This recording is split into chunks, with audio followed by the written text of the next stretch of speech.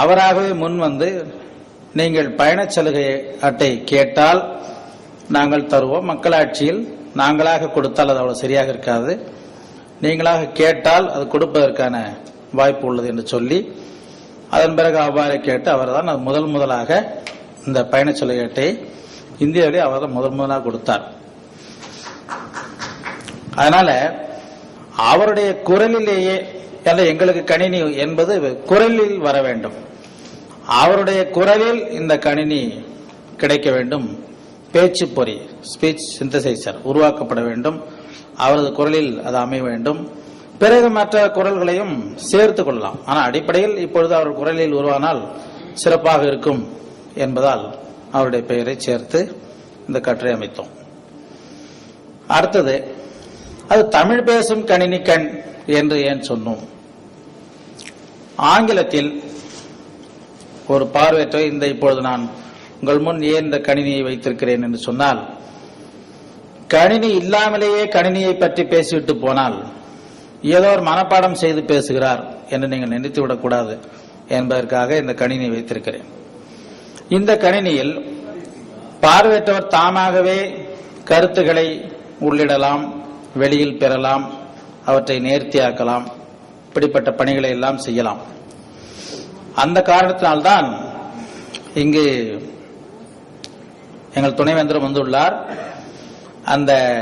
அவர்தான் 2003ஆம் ஆண்டு நடைபெற்ற 6வது உலக தமிழ் மாநாட்டில் பார்வையற்றோருக்கான கணித்தமிழ் மேம்பாட்டு திட்டம் எனும் கட்டுரை இடம்பெறச் செய்தார்.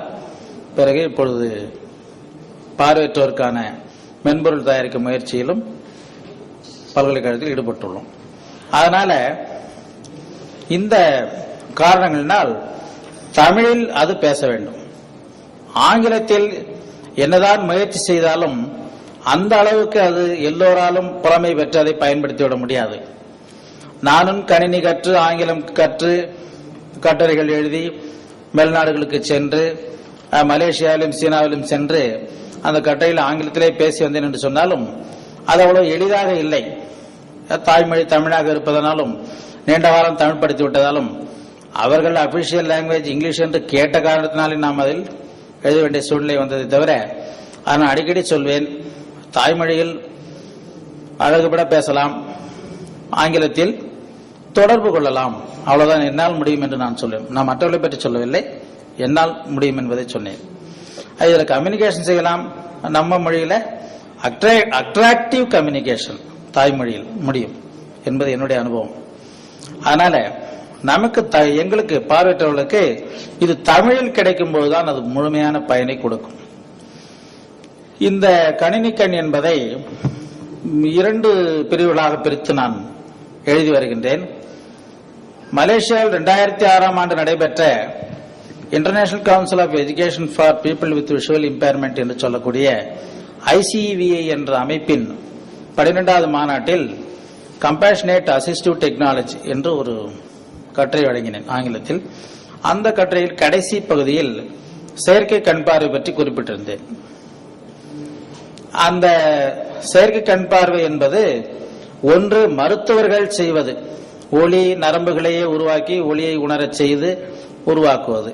இங்கு கூட மருத்துவக் கல்லூரியிலிருந்து சில சான்றோர்கள் வந்திருப்பதாக பேசும்போது நான் அறிந்தேன். அவர்களுக்கெல்லாம் இந்த கருத்து ஒரு ஊக்கம் அளிக்கும் என்று நம்புகிறேன். இந்த கருத்து எனக்கு ஏன் எப்படி ஏற்பட்டது என்று சொன்னால், நான் இளங்கலை படிக்கும்போது விஞ்ஞானி சாமிநாதன் அவர்கள் சொன்னார், பார்வையை உருவாக்கி தருவதெல்லாம் ஒரு கடினமான காரியம் இல்லை, அதில் கவனம் செலுத்தப்படவில்லை, அவ்வளவுதானே தவிர மற்றபடி இது செய்யக்கூடிய காரியம்தான் என்று சொன்னார். இப்பொழுது அதற்கான பணிகள் மிகவும் விரைவாக நடைபெற்று வருகின்றன. கலிபோர்னியாவில் உள்ள டோக்னி மருத்துவமனை, மாசச்சூசெட்ஸ் இன்ஸ்டிடியூட் ஆஃப் டெக்னாலஜி என்று சொல்லக்கூடிய அந்த உயர் தொழில்நுட்ப அமைப்பு, அமெரிக்காவில் உள்ள மாசச்சூசெட்ஸ் என்ற மாநிலத்தில் உள்ள தொழில்நுட்ப மையம், இந்த 2 மையங்களும் இதில் மிக விரிவாக ஈடுபட்டு வருகின்றன. சயின்ஸ் டெய்லி என்று ஒரு ஆங்கில மின்னிதழ், இமெயில் நியூஸ் லெட்டர் எனக்கு தினந்தோறும் வரும். அதில் அடிக்கடி இது பற்றிய செய்திகள் முன்பு வந்ததை விட அதிகமாக வருகின்றன. இந்த கண்பார்வை உருவாக்கம் என்பதில் நான் சொன்னது ஒன்று மருத்துவ பகுதி. அதை பற்றி நான் எதுவும் விரிவாக இப்பொழுது பேச முடியாது, அந்த அளவுக்கு நமக்கு அதில் அனுபவம் இல்லை. முதற் பகுதி கணினியை கொண்டு இப்போது உள்ள தொழில்நுட்பத்தை கொண்டு எப்படி எல்லாம் இந்த கண் பார்வையை கொடுக்கலாம். அப்படி என்றால் என்ன? ஒளியால் பெறத்தக்க செய்திகளை எவ்வாறெல்லாம் ஒலியின் மூலம் பெற முடியும், அல்லது தொடு உணர்வு, அதிர்வுகள், இதன் மூலமாக அவற்றை ஓரளவுக்கு எந்த அளவுக்கு ஈடுகட்ட முடியுமோ அந்த அளவுக்கு ஈடுகட்டலாம் என்பது. கணினி வருவதற்கு முன்பு இது செவி சார்ந்த அளவில் மட்டுமே இருந்தன. அதுவும் செவி சார்ந்த அளவில் மற்றவர்கள் படித்து காட்டினால்தான் நமக்கு எதையும் தெரிந்து கொள்ள முடியும், அவ்வப்போது படித்து காட்டினால்தான் தெரிந்து கொள்ள முடியும் என்கிற நிலை இருந்தது. இப்பொழுது அந்த நிலை இல்லை. அதனால் இதில் அறிவு பார்வை, மாற்றுப்பார்வை, கருவி பார்வை என்று மூன்றாக பிரித்திருக்கிறேன். 753வது பக்கத்தில் கட்டுரை இருக்கிறது, நான் அதை சொல்ல மறந்து விட்டேன், பிறகு கூட நீங்கள் படித்து பார்த்துக் கொள்ளலாம். அறிவு பார்வை, மாற்றுப்பார்வை, கருவி பார்வை. அறிவு அற்றம் காக்கும் கருவி என்று திருவள்ளுவர் சொன்னார்.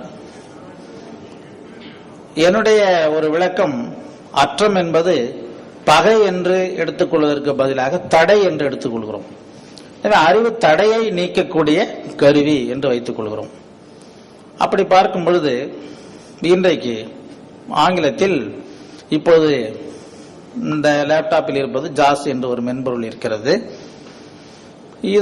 இதோடு சேர்த்து எல்லா புத்தகங்களையும், ஆங்கிலத்தில் உள்ள எல்லா புத்தகங்களையும் ஸ்கேன் செய்து பேச்சு வடிவில் படித்து சொல்லக்கூடிய ஓபன் புக், அப்புறம் கர்ஸ்வைல் என்று ஒரு 2 மென்பொருள்கள், மிக புகழ்பெற்ற மென்பொருள்கள் உள்ளன. அதுபோல செல்பேசியில் உள்ள கேமரா வழியாக அந்த நம்முடைய எழுத்து ஆவணங்களை அப்படியே படம் பிடித்து அவற்றை படித்து காட்டக்கூடிய மென்பொருளுக்கு KNFB என்று பெயர். இந்த 3 மென்பொருள்கள் இப்பொழுது மிகவும் புகழ்பெற்று விளங்குகின்றன. ஆனால் இவற்றையெல்லாம் இப்பொழுது ஏன் நான் வாங்கி கொண்டு வந்து உங்கள் முன் காட்ட முடியவில்லை என்று சொன்னால், அல்ல விலையெல்லாம் மிகவும் அதிகம். ஒவ்வொரு மென்பொருளும் 1.5 லட்சம், 1 லட்சம், எல்லா லட்சக்கணக்கில் தான், எதுவும் 1000க்கு கிடையாது. நம்ம வசதியில் 1000க்கு இருந்தால் வாங்கலாம், லட்சத்துக்கு இருந்தால் வாங்க முடியவில்லை. இப்பொழுது இந்த மென்பொருள் எல்லாம் சில நிறுவனங்களில் தான் இருக்கின்றன. அந்த அடிப்படையில் அந்த நாம் அச்சிட்ட நூல்கள் அனைத்தையும் படிக்கலாம். இணையத்தை பொறுத்தவரை நமக்கு இந்த NVDA என்று ஒரு இலவசமாகவே ஒரு மென்பொருள் கிடைக்கிறது. அதை வைத்து நாம் தட்டச்சு செய்யலாம், இணையத்தை பார்த்தெல்லாம் செய்திகளை தெரிந்து கொள்ளலாம். அந்த NVDA மென்பொருளில் eSpeak என்று ஒரு பேச்சு பொறி உள்ளது. அது அவர்கள் மேல்நாட்டார் கருணையின் அடிப்படையில் பல மொழிகளுக்காகவும் உருவாக்கி கொடுத்திருக்கிறார்கள். அதனால் அது ஆங்கிலேயர்கள் தமிழ் பேசினால் எப்படி இருக்குமோ அப்படித்தான் இருக்கும். அதை நாம் கொஞ்சம் இப்பொழுது தமிழ் மயமாக்கி கொண்டு வருகிறோம். அப்போது வரும்போது அது எளிதில் பயன்படும். பார்வையற்றவர்களுக்கான மென்பொருள் தயாரிக்கும் போது கவனிக்க வேண்டிய மிக முக்கியமான கருத்து என்னவென்றால், இந்த ஷார்ட்கட் கீ என்று சொல்லக்கூடிய விசை இயக்கம் தான் மிகவும் முக்கியம். மவுஸ் எங்களை பொறுத்தவரை எங்களிடம் மவுஸுக்கு மவுஸ் இல்லை. அதனால ஷார்ட்கட் கீ தான் இப்பொழுது நாங்கள் மிகவும் முக்கியமாக பயன்படுத்தி வருகிறோம். பின்னால் வேறு சில முறைகளை எல்லாம் பயன்படுத்தலாம். இப்பொழுது அதுதான் நமக்கு எளிமையில் முடியும். ஆகையினால் அந்த மென்பொருளை கொண்டு இணையத்தில் எல்லா செய்திகளையும் தெரிந்து கொள்ளலாம். குறிப்பாக ஆங்கில